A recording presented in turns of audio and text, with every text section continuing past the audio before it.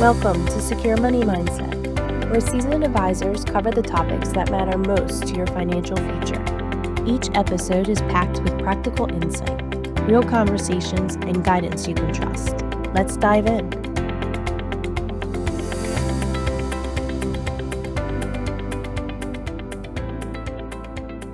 Hello, everyone. Welcome to this week's episode of the Secure Money Mindset podcast. My name is Nate Borrmann. I'm an advisor at Secure Planning Group, and today we are joined by Roger Lorelle. Roger Lorelle runs Collegiate Funding Solutions, and today a family can easily exceed $250,000 in college costs for just one child. Uninformed decisions, mistakes, and missteps can significantly increase that cost.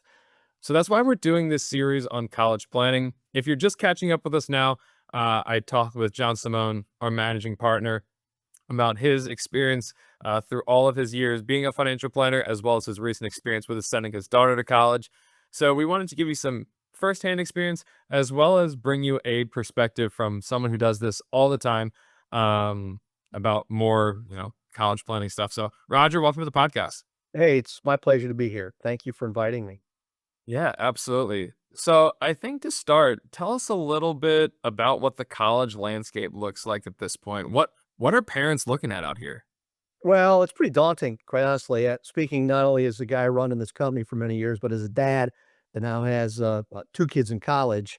Um, College affordability has changed so much over the years. I think back to like when I went to college, it was, not all that long ago. But then, the costs have escalated just so dramatically since I was going to school. I know, my dad, we had three kids in college at the same time, and we were not wealthy, but it wasn't like a crushing thing at that time. Now, you sort of mentioned it already. A family can easily pay $250,000 for one kid going to college, depending on the school that they've selected. And so you have multiple kids. I mean, you can understand why paying for college is the number one financial concern for people that have kids under the age of 18. And I think that's one of the reasons why this is a great podcast to be doing, that if, people are going through this life stage, it's something that you really want to make sure you're doing this in a way that's in your best interest. Otherwise, you could be significantly overpaying for college, and that can really affect other things like retirement and, the other things you want to do with that money. So anyway, the landscape has changed dramatically, driven primarily by the fact that college has become so incredibly expensive. On the other hand, I guess flip side, and the good news is there really has never been a better time than right now for your clients or prospects that are watching this podcast. If they've got kids that are going to be going off to college, to get a fantastic deal on college. Never been a better time, but it's all a function of what you know. We've been saying for many years, there's two prices for college education, one for the informed buyer and one for the uninformed buyer. College is just a really expensive purchase. And like any really expensive and really complicated purchase, sort of the more you know, the better position you may be to get a good deal. Okay. And that's exactly where we are in the landscape. Colleges, and this stuff has been out in the news, but, uh, colleges are in a position now, for various reasons, changing demographics, a declining population pool of kids going to college, increased competition. I mean, there's all kinds of reasons, but there's never been a time when colleges are more desperate to get kids to come to their college. And if you understand that, that puts you as a buyer in a really unique position to perhaps get a great deal from a college if you know what to do. And so anyway, we can dive much deeper into that, but that's sort of where we are right now. Although college is super expensive, people, at least people watch this podcast, don't be too super intimidated by these sticker prices of these colleges that, you might be interested in sending your kids to, because chances are pretty likely that you may not have to pay that. And we can dive, much deeper into how they can do that. But that's just sort of where we are right now. Yeah. So what would you say to a parent who sees the sticker price? I mean, the person, whoever's listening to this podcast, you probably have a kid that you're sending to school and you hear the numbers that we just talked about, you're a little scared. How do you help people deal with that? How do you help someone become an informed buyer of college? Well, that's a great question. Specialized information. Okay. You have to know how to leverage your circumstances in order to get a great deal from a college. I think the first thing I would say to people that are on the call is that, because we've run into this situation so many times. Look, I'm sending my kids to college. I make a lot of money. I'm doing really well, and that's a $90,000 a year college. I guess that's just what I'm going to have to pay. And because we're not going to get any financial aid, and my kid's not a scholar. They're a good student, but they're not, top of their class. So we're just gonna be stuck paying full retail. That would be an erroneous conclusion to make. All right. Many Yeah. people are in that situation, but they're not paying a full price for college. And what that requires is understanding, and they don't really have to understand a whole lot. They have to understand what I said so far, and that is that there are opportunities for you to really reduce those out-of-pocket college costs. And part of that is through having access into tools that would reveal to you the things that you need to know to make sure you're getting a better deal from the colleges that you may be interested into in sending your kid to. All right. And so what sorts of things might that be? What sorts of things might we be taking a look at? Well, I made the comment that, look, most people today, if they know what they're doing, are not going to pay the sticker price, especially if it's a private college. Now, if we're talking to people maybe in Pennsylvania here, because I think you guys are in Pennsylvania. Is that correct? Yeah, we're in Pennsylvania, but we have clients across the Yeah. United States. Okay. Well, it doesn't matter then where you are, but if you're looking at sending your kid to an in-state public university, they're not really expensive. And that's not really the big challenge with respect to college affordability. It's when you start looking at private colleges, which a lot of people want. I mean, one of my kid goes to a private college. If you want to look at private colleges or out-of-state public, that's when the costs get really crazy. Okay.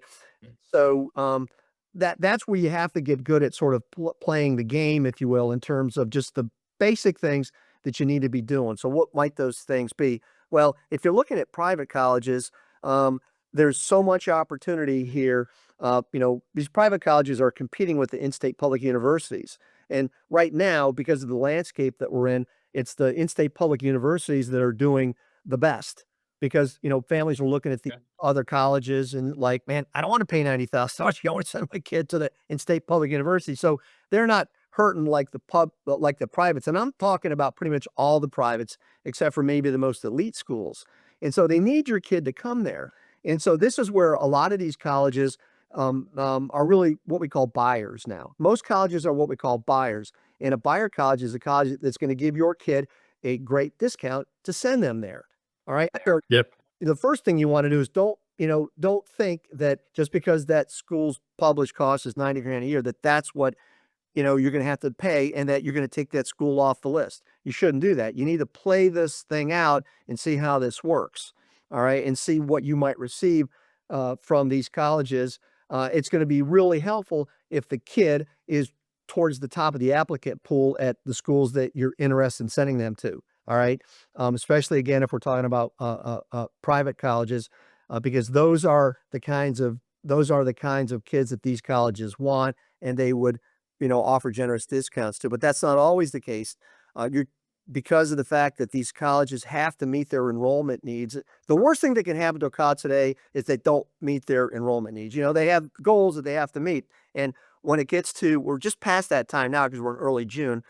But when you get to like right around May 1, which is college, admissions day or, college choice day, when you got to make your selection, these colleges are definitely in a position where they are willing to offer significant discounts in the form of scholarships, whether or not your kid is a great scholar or not.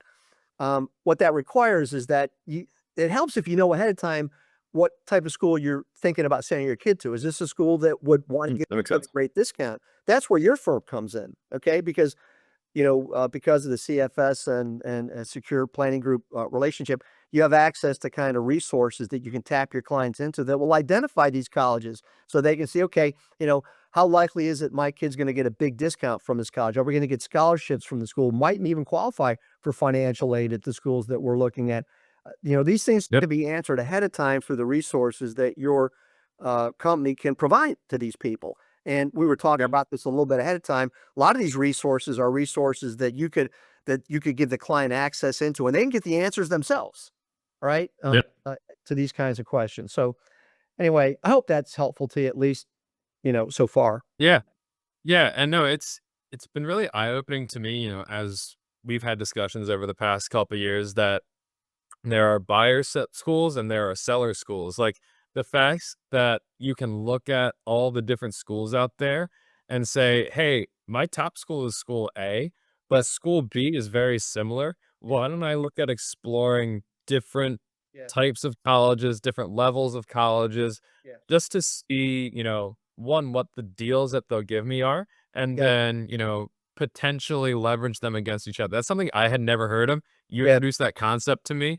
How does it actually play out in real time? Because Instrumental. it sounds like a cheat code, but it It is. has It is. It's something that very, very few people know. We all, we've heard the term, leverage, kind of putting yourself in a best, possible position, but it's absolutely something that exists in this current college landscape. And basically, here's how it works. And it's something that I've employed uh, personally with my own children. Okay, apart from us, providing these resources to other families through advisors, to the very same thing.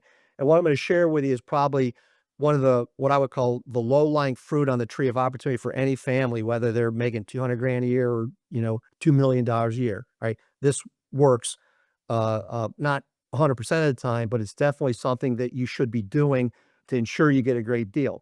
And that all starts with the college list. You need to put together a list of prospective colleges, and everybody has schools that they're interested in. Okay, of course, if you did too, but there are schools that would give you that want your kid that would give you a fantastic deal that you can sort of think of as a bargaining chip. All right, and Sure. basically a bargaining chip is a college that gives you a fantastic offer, whether it's a financial aid offer or just a super deep discount via scholarships.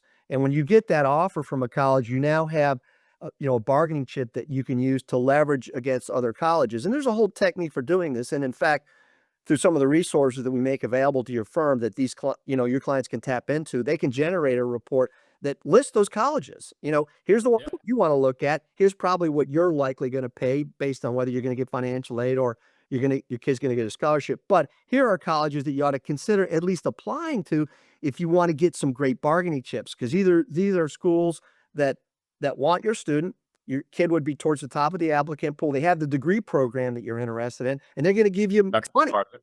They're going to give you money, whether it's financial aid or scholarships. And you can include, just like I did, you can include those schools in the list.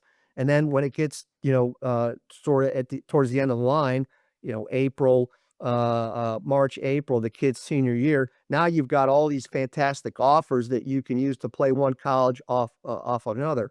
And That's all.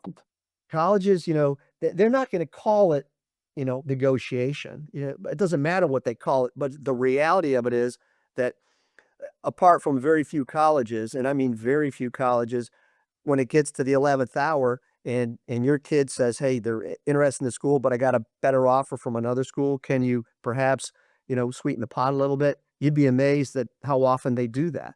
And that's a Mhm. pretty simple thing to do if you know what schools you ought to be sort of looking at. And that's something that your clientele could do through some of these resources make available. Yeah. No, that's really awesome. And I know your tagline is saving on the cost of college, not just for the cost of college, but in the traditional sense of saving for the cost of college, the one big thing we hear is that you can take loans for college. Yeah. You can't take loans for your retirement. So, could you speak into that a little bit more? I feel like that's a pretty overarching theme here. How can this genuinely benefit clients by saving on the cost of college and for the cost of college? Well, you mentioned that you can borrow for college, right? But you can't borrow for your retirement. So there's this real linkage, right, between every dollar that's spent, for college is not available for retirement. So it puts. There's never been a time where there's more necessity for people, I think, to make smart and wise decisions. Okay, you mentioned you can't borrow for your retirement. Well, what your listeners need to know is that there have been some very dramatic changes in the lending programs. Okay, and the amount of money that people can actually even borrow for college through Yeah. some of these go-to programs that have been Yeah. the primary way that parents have used debt financing to help their kids pay for college, and that's through something called PLUS loans, parent loans for undergraduate students. Those used to be something that parents could borrow, kind of an unlimited amount, practically speaking, whatever they really needed. And there were all kinds of payback provisions that were very advantageous. But those, not only have those loopholes sort of been changed on the payback side, but they've really reduced the amount that people can borrow. So I think what your, watchers or listeners need to understand is that if they're thinking they're going to borrow money for college, a lot of the programs that people have used in the past or the go-to program is completely changed. So you're going to be looking for other places to borrow money if you're going to be sending your kids to these, expensive colleges. That puts more pressure on people to make sure they're making wiser decisions on the front end and not trying to clean this up on the back end by, just using these Parent Plus loans that have been so commonplace in the past. Is that helpful? Yeah, no, I think that was really helpful because the student loan landscape is always changing. So the fact that you included that in there, I think is going to be very helpful for people to know because yeah, things that might have been true even 2 to 3 years Yeah, ago aren't yeah, for now. yeah. Especially if you got clients that have already put kids through college or have kids in college and have used plus loans and they're thinking we're going to do the same thing. Well, you need to be aware of the fact that that program has completely changed and we're not going to get into the details of all the changes, but they could get that, from you if they want to reach out and you can provide these things. But people need to know this stuff. It's just putting more pressure on families to make wise decisions. Because I can promise you this: that $90,000 a year of college, if you don't know what you're doing, they're happy to take you $90,000 a year. They're happy there. If you don't Yeah. put yourself in a position to win and stack the deck in your favor in this buyer-seller dynamic. I mean, they're the seller and they're gonna, get as much as they can. You're the buyer, and you just got to be smart. We've talked about a couple of things here. One thing I would mention, to your clients, because colleges are extremely expensive now, and schools use different ways to determine whether or not a family's going to qualify for financial aid. Generally speaking, we're like, don't assume ahead of time that you're not going to get any financial aid. Okay. That would be a bad assumption. The resources that your firm provides will tell people pretty quickly whether they are or are not going to qualify for any financial aid. And that can be a significant, reduction in out-of-pocket college costs as well. So even if you think you're making a lot of money, you might still be qualifying for financial aid. So it's not worth it to try and guess ahead of time. Get Yeah. Yeah. No, and I think the assumptions are where people can get into trouble with this because, they hear FAFSA and SAI and ABC 1, 2, 3. They hear all these terms thrown out here. What are some pitfalls you typically see people make, or just like some things that people don't know when they're approaching borrowing, financial aid, all of these things? A lot of people, especially the higher income earners, they don't fill out the financial aid forms. That is a huge mistake. We've been talking about this for many years. There are a lot of things that coincide with filling out the financial aid forms. Number one, obviously, you can't tap into any federal loan programs unless you fill out the FAFSA. Okay, and those can be advantageous, not just the Plus loan program, but the direct loans that students take out. I mean, if you're a financial aid candidate, the interest on those loans are covered by the government through the college year. It's basically free money, till the kids Yeah. get out of college. So, if you think that those can be advantageous, and this could be great for people that maybe have assets that are highly appreciated, and they might not want to liquidate them. Yeah. I mean, so it can be smart to use loans to pay for college in a informed way, but you Yeah. can't do that if you don't fill out the forms. A lot of scholarship programs are tied to the completion of the financial aid forms, and so that's important. Obviously, financial aid, which I've talked about already, you're not going to even get into consideration if you don't fill out those forms. And there's something kind of almost ironic that we've talked about for many years. And I'm talking to your really high income earners here that say they're not interested in using any loans. They're not interested in they're not going to qualify for any financial aid at all, and maybe they're not even interested in scholarships. What's another reason why they might be interested in filling? Because Yeah. colleges want full pay clients. Colleges, and the only way a college knows your financial situation is through the financial aid forms.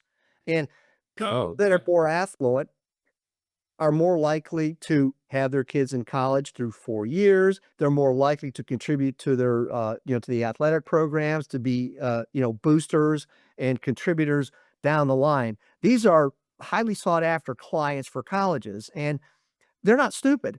They figured out that, to induce your family to come there, giving your kid a, 15 to 20, $30,000 a year scholarship, even though the kid might not be a scholar, just to get your kid to come there is worth it to them because of Yeah. the reasons I just said. I know that sounds kind of perverse. We've been saying that for years. It's like, I mean, the better off you're doing, the more reason you fill out the financial aid forms. I know. Did I hear that right? Yeah, you heard me right. Okay. So, Yeah. all your clients, when their kids get to that point, should be filling out their financial aid forms or Mhm. or using a service that helps them. There's lots of them out there where you can get people to help you, if you're a really busy professional that you want someone to help you kind of knock this out. That's a piece of cake. Yeah. Yeah. So we're coming up to the end of our discussion here. One last thing I wanted to touch on was the difference between federal and private loans. Could you touch on that for us a little bit? Well, I'm not a super expert on loans, okay, but if we were to sort of like rank order them, all right, I would say that, and I've mentioned this already, the probably the best program is the direct loan program. Those are the student loans, all right, and I don't know, I think that's capped at about $30,000 to the undergraduate years, but if you're a financial aid candidate, the school is going to offer you those loans. And it's up for a family to decide if they want to do that, but where it can be very advantageous, if you're a financial aid candidate, is those loans. Some part of them are subsidized by the government, so you get access Mhm. to free money. So I would say, if we're kind of rank ordering them, that's something that you would sort of look at the top of the list. The plus loan programs have changed a lot because of the rules that I just said. They've really changed in terms of access. They're probably still going to be um, uh, uh, to a limited extent because they're capped at 20 grand a year. They're still going to be Yeah. something that parents should evaluate. Probably the other option to look at is home equity.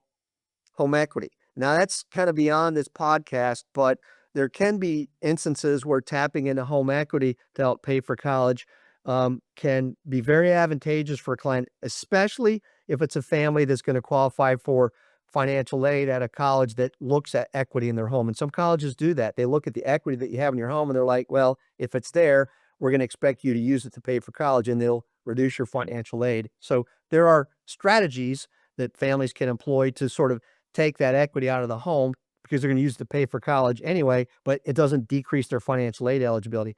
That's stuff that they would need to work with your firm on, you know, to see if tapping into equity makes sense. I think what we're going to see is more and more people looking at other options like, private lenders, banks, credit unions, sources. But I would Yeah. probably start with the three that I just mentioned as, first evaluation before you look at, these other private loan options. Yeah. Yeah. Thanks again, for sharing that all today. Are there any, closing thoughts you have for these families going through, at the beginning of the podcast, it might have felt like it was a daunting time, and I hope that this could, bring them a lot more Well, thank you. education, a little bit more It's there. real look, it's a complicated topic. And again, the better someone is positioned to understand how to leverage their own circumstances, the better position they're going to be to save perhaps significantly on their out-of-pocket Right. costs. Touched on some of the things here. This is information. We're providing a little bit of education, but there's always the application stage. How do we apply this to my own personal circumstances? That's why they want to reach out to you, right? Because Good. you can, provide them access into the resources that they need to answer these kinds of questions and a lot more things that we didn't even touch on here, but it's all Right. directed at the same end. Help them make wise, smart, informed decisions that can help them achieve a way better outcome for their kid and their finances than they would perhaps otherwise do if they just go into this like, most people, which is blind. That's how most people do this, right? They Yeah. go into it rather blind. And your clients don't have to do this. They can make sure that they're, leveraging their circumstances to the best possible effect, whatever that looks like for them. And that's where you guys can come in and help them. So that's what I recommend. I recommend they reach out to you and say, hey, look, I saw that podcast.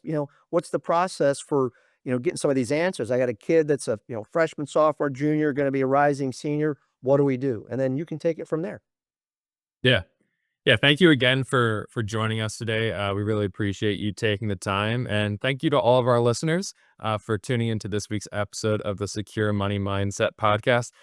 You can find more of our content on YouTube, Spotify, and the podcast app, just for more financial planning topics, including, again, I will tease our part one of this series. If you're just tuning in part two, listen to part one as well, and just hear some more firsthand experience of going through this college process. So again, Roger, thank you, and we will see you on the next episode, everybody.